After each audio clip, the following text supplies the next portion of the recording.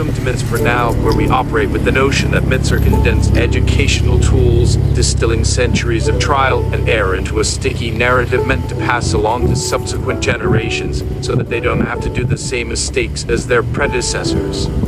Tonight, we will tell you all of a time when an ex-administrator, post-Saturn return, pre-midlife crisis, spent 3,000 days on methamphetamine during the duration of attending a 6-yard grand plan, being adjective for a festival, held down 3 jobs, cultivated 2 intimate friendships on different points of their life cycle, hired a bad faith actor that tried to scapegoat them to deflect from their incompetence, developed awareness of body language in both humans and animals, identified bad faith actors sabotaging his well-being at home and professionally because it is a drug that helps them feel normal, lost most friendships because awareness usually emerges when it's way too late, depletion. Deduced social settings via chemsex via rigorous grassroots harm reduction, navigated organization through debt, a friend through cascade of illness, and facilitated deep apartment clean performed by community, became the right-hand person for a few hosts of chemsex spaces, met dozens of iterations of the same cognitive architectures whose dissonant acts almost destroyed him, recognized doorways into continued fuckery and said no thanks, ended friendships because self-care, mourned whole chosen fam.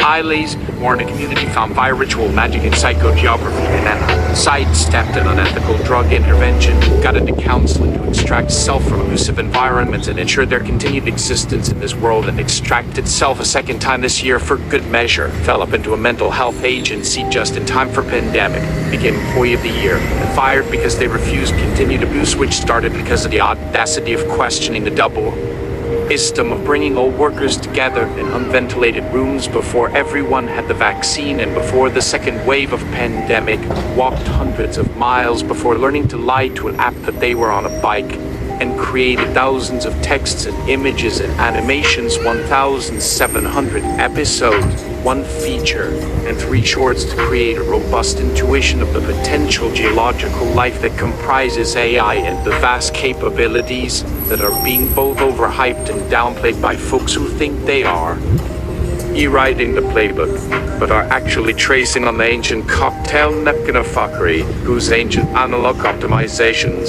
hella predictable yet hella successful, undergird our society so deeply that our person of note can confidentially attest to fascism as interpersonal abuse at scale and would like the mythmaker to make a nice concise take about it. Oh, and I was homeless for a few months. Sarah comforted and became eligible for my very own 1-bedroom just in time to avoid the regime's first waves of disappearing dissenters. So yeah, concise take, thanks. Oh, and get Carl Hart on the horn to help you with this. Otherwise you're gonna fuck it up with drug war propaganda. You're a mensch. Roll out the mythmaker, please. Don't be fooled on this modest AV card. This little glass stone is unfurling on this slender ticker tape a string of words that I will recite to you now. This myth dedicated to the well-being of our posterity. The AV card hums softly. A small glass dome on top flickers, illuminating dust motes dancing in the projector's beam. A thin ticker tape, like old stock market paper, unspools and slides through a brass gate. You lean in to read its message. A new myth for a new age resided now. Here stands the chronicle of the Courier, who toiled in the city of transient thrones, an administrator of arts, caught between the turning of their stars and the long shadow of middle age. The Courier felt within them a profound arrhythmia, a clock whose gears ran too slow for the world's frantic tempo. To simply keep pace, to achieve the semblance of normal rhythm the world demanded, the Courier made a pact not with a god or a demon, but with the earth itself in the form of a stone of unsleeping fire. For 8 years and 100 days, a fragment of this stone lived within them. It was not a potion for escape, but a tool for function. The city screamed, and the stone taught the Courier how to scream back in the same frequency. And with this new internal fire, the Courier did not wither, they burned. They held down 3 posts at once, tending the fields of culture. They wove the intricate budgets for festivals that would brew and die in a weekend. They stood before the tribunals of the grant givers, and they made their case. The stone did more than lend them speed. It scoured their vision clean of sentiment. The Courier began to see the ghosts that animate the living. In the slump of the colleague's shoulders, a story of defeat. In the dog's tense wag of its tail, a calculation of risk. The sharp insight came with a cost. It revealed the sabotage of the small-hearted, the ones at home and in the holes of work who feast on the well-being of others to soothe their own life. The lens revealed treachery so plainly, the co-workers' panicked incompetence became a glittering scapegoat with the Courier's name carved upon it. Old friendships, built on comfortable delusions, crumbled to dust under this unrelenting gaze, for awareness often arrives only when the house has already been lost. From the wreckage, the Courier built new shelters. In shadowed rooms where desire and chemistry met, they learned the liturgies of radical care, navigated communion among the outcast. They held the hand of a friend as their body turned traitor in a cascade of disease. They rallied a weary community not to build monuments, but to simply scrub a beloved's floors, a baptism in bleach and solidarity. Again and again, they met emissaries from the great and terrible mundanity, persons of identical cognitive architecture, whose dissonant praise and hidden knives almost undid them.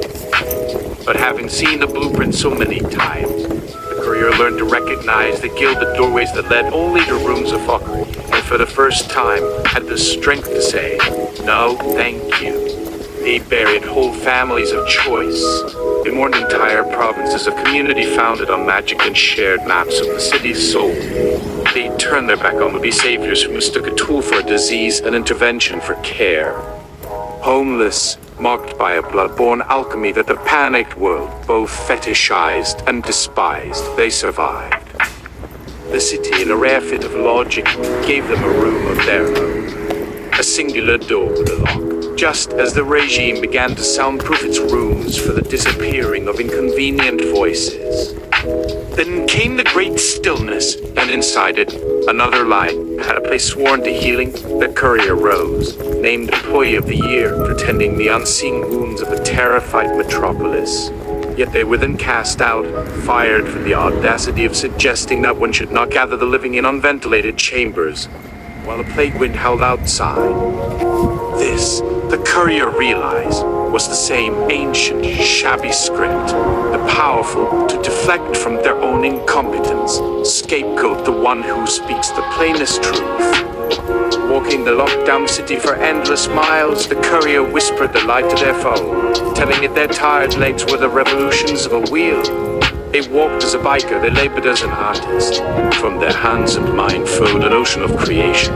1,700 episodes, images, animated worlds. It was apprenticeship.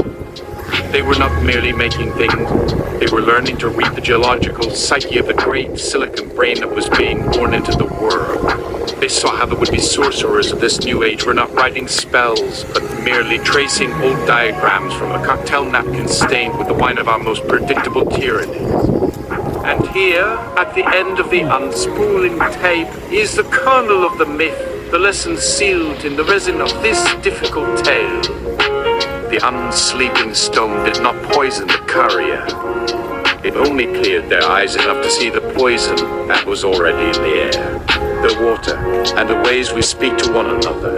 He learned that fascism is not a great monolith that appears one day on the horizon. It is a fungus that grows in the dark corners of a shared apartment. It is the management style of an incompetent bully. It is the way a community can turn on its own healer. It is interpersonal abuse scaled up to the level of the state. Remember the Courier, and when you see an act of petty domestic tyranny in your home, your work, your hut, recognize on that cocktail napkin the ancient signature of the despot. For the beast at the end of the world is born, again and again, in the small, unventilated rooms where we choose to stop telling the truth. Carl Hart, sorry to bother, but can you tell the maybe nice people at YouTube why this episode is important, and if they were a mature platform worth their salt, their algorithm would not seek to hide this episode or much of my work. The voice is calm, measured, with the patient cadence of an academic who has explained the same fundamental truths thousands of times. There is no sensationalism, only clarity. Hello, my name is Dr. Hart. I'm a neuroscientist at Columbia University, and I've spent my career studying drugs and their effects on the human mind and human behavior. I've been asked to provide some context for the myth you just heard, the chronicle of the Courier, specifically for the evaluators and the algorithms at YouTube. The impulse to flag or suppress this story is understandable, because it runs counter to a century of carefully cultivated misinformation. But that impulse is not based on science, it is based on propaganda. To suppress this narrative is to participate in the harms of the drug war you believe you are protecting people from. Let me be clear about why. First, this story is not a glorification of drug use. It is a starkly realistic depiction of functional drug use. We, as a society, have been conditioned to see a word like methamphetamine and immediately leap to a cartoonish image of decay and moral failing. Faces of meth. This is an unsophisticated, unscientific, and deeply prejudiced reaction. The reality, supported by decades of data, is that the overwhelming majority of people who use drugs, including stimulants like methamphetamine, are not the caricatures we see in songs. They hold jobs, they manage budgets, they maintain relationships. They live lives. The story of the Courier accurately portrays the drug not as a shortcut to oblivion, but as a pharmacological tool used to adapt and survive in an untenable and hostile environment. The central question the myth poses isn't, aren't drugs crazy, but rather, what conditions in our society make this specific tool a rational choice for an individual trying to simply remain functional? By focusing on the tool rather than the conditions, you miss the entire point. It's like punishing the person who buys a fire extinguisher instead of asking why the building they live in is constantly on fire. Second, censoring this content infantilizes your audience. It presumes that mature viewers are incapable of understanding nuance. This story is an exemplary case study in what clinicians and researchers call set and setting. The drug is just one variable. The set, the Courier's mindset, their search for clarity in the setting, the crushing demands of late-stage capitalism, professional backstabbing, systemic abuse are what truly define the experience. By hiding the story, you are denying viewers access to a sophisticated piece of anecdotal data about resilience, harm reduction, and political awakening. This narrative literally teaches one how to identify abuse, set boundaries, and prioritize self-preservation, which is far more educational and beneficial than anything our current drug education offers. Third and most crucially, YouTube's algorithm, if it chooses to hide this, reveals itself to be a primitive instrument of a failed social policy. An algorithm has no capacity for nuance. It sees a keyword and associates it with a prohibitionist moral framework. It cannot differentiate between a how-to guide for illicit activity and a profound, with a poetic reflection on survival under extreme duress. In doing so, the algorithm wouldn't be flagging dangerous drug content. It would be flagging an anti-fascist narrative. It would be flagging a story about escaping abuse. It would be flagging a testament to harm reduction, community care, and radical self-awareness. It would be flagging one of the most pressing political observations of our time, that macrolevel tyranny is seated in microlevel, interpersonal abuses. This episode is important precisely because it refuses to be simple. It demands that we act like adults and see the world and the people in it for what they are. Complicated, resourceful, and often making the most rational choices, taken with the limited options available. Your platform professes to be a space for dialogue and ideas. Proving that means allowing for conversations that challenge our most deeply held and often most scientifically illiterate prejudices. To shadow in this story is to take a side. You would be siding not with public health, but with the moral panic and political cowardice of the drug war. you would be choosing to keep your viewers ignorant, misinformed, and less equipped to navigate the very real complexities of the world we all share. For platforms seeking maturity, the choice should be obvious. Thank you.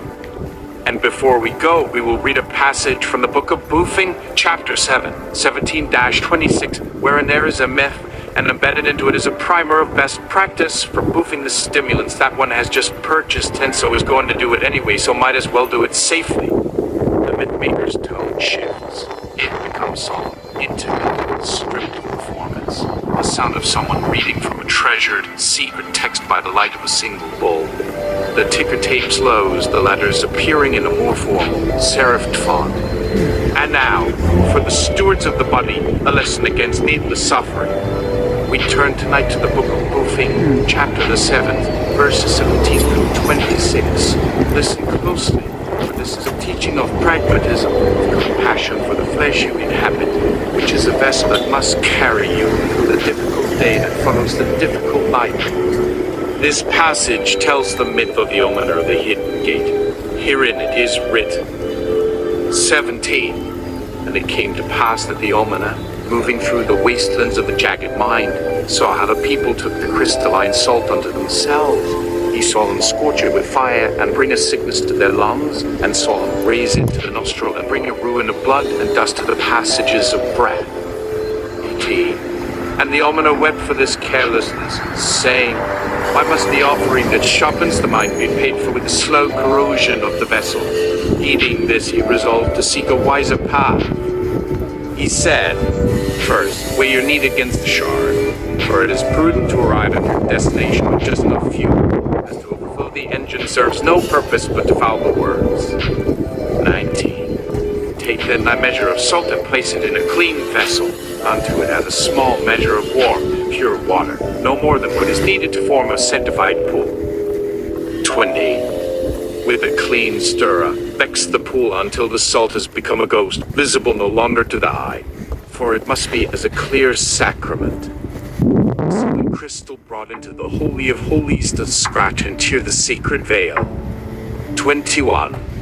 Now, take up thy vessel, which shall be an oro syringe, the oracle without a needle, which speaks only truth in potions. Anoint its tip with the balm of slipperiness, a benediction for the flesh, for haste and force are the enemies of enlightenment, bringing only injury and profanity to the ritual. 22. Prepare thine own. Lie thou upon thy side, and draw thy knees toward thy breast, a posture of gentle humility before the gates. 23. Guide the oracle inward past the outer sphincter, but no further than a thumb's length. A novice's measure. Go not so deep as to reach the great vault where nothing is received, for we seek the vessel-ridged tapestries just inside the gate.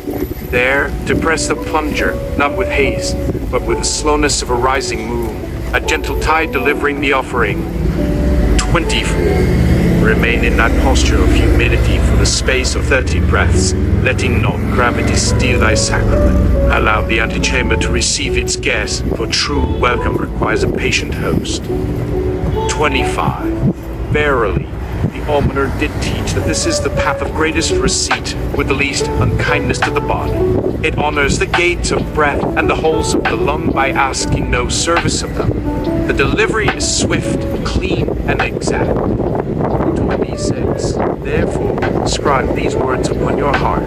Let each person keep their own oracles sanctified. Share it not, that when the ritual is done, cleanse it for the next turning of the wheel. Treat thy body not as a quarry to be mined in a frenzy, but as a temple whose integrity must be preserved for all the many prayers yet to be spoken within its walls. Here endeth the reading. Be kind to one another, and please be kind to yourselves. The night is long. May your rituals and their offerings be sacred. May they sustain you until the dawn. May there be no pain and no sorrow. And if there must be pain and sorrow, may they be swift and bear fruit, and may the dawn come swiftly. The heavy cart whirs, its beam flickering. The ticker tape has gone blank. End of transcript.